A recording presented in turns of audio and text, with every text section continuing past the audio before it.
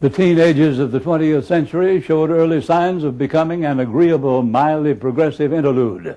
Abroad, the funeral of King Edward VII of Britain had brought the leaders of the world together, and the vision of the royals of England, Germany, and Russia sharing condolences and breaking bread together seemed an assurance of peaceful relationships. In America, Woodrow Wilson, the progressive president of Princeton, was elected president of the United States. His vote total, added to that of his progressive opponent, showed the nation's temper pretty unified on progressive goals. Consensus promised temperate politics. The income tax amendment annoyed some. The sinking of the Titanic shocked all. But nothing happened that the spirit of the times couldn't handle. Disasters struck suddenly. The powers of Europe committed themselves to mutual destruction, said the Washington Post at the time, over contentions that a police court could adjust in a week. With marvels like the 600 bullets a minute machine gun now in place, the war would soon justify its name, the Great War.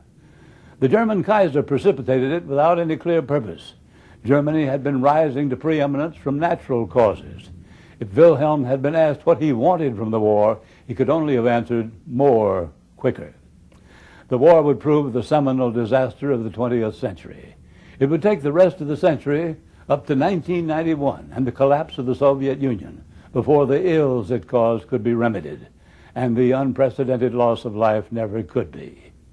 Now, the aborted era of goodwill, 1910 to 1920.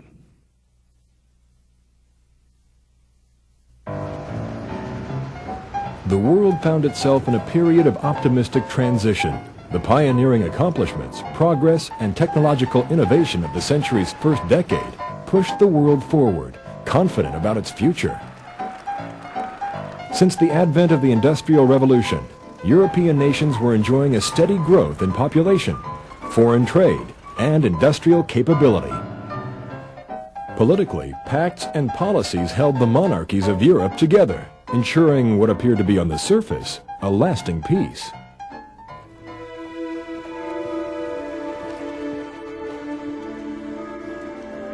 In May of 1910, the monarchs of Europe gathered in London, England, to honor the passing of King Edward VII, who died suddenly of pneumonia at the age of 68.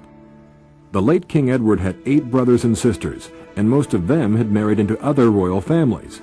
Princess Alexandra, King Edward's niece, was married to the ruling Romanov in Russia, Tsar Nicholas II.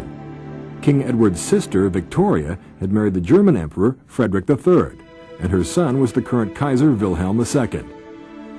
It was no wonder that Edward's funeral attracted the most prominent members of the ruling class. From 70 different nations came the most dignified of dignitaries, including former President of the United States, Teddy Roosevelt. Behind the casket of the deceased king followed a royal procession including 9 crowned heads of Europe and Edward's son, the new King of England, George V. The fact that we see monarchs from the different European countries being friendly with one another at the funeral of Edward VII in 1910 doesn't really tell us that much about what's really going on in the politics of the early 20th century. At this point, monarchs, of course, are more symbolic and figurehead within the politics of a country than they are really players in the politics of the period. And so what's really happening on the ground has nothing to do with the ways in which monarchs will be able to interact with one another at these largely symbolic and formal occasions such as funerals. A restless undercurrent was subtly spreading across Europe.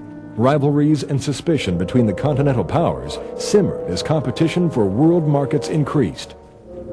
The rivalries led to military expansion and the formation of 2 hostile military alliances, the Triple Alliance of Germany, Austria-Hungary, and Italy, and the Triple Entente of Great Britain, France, and Russia.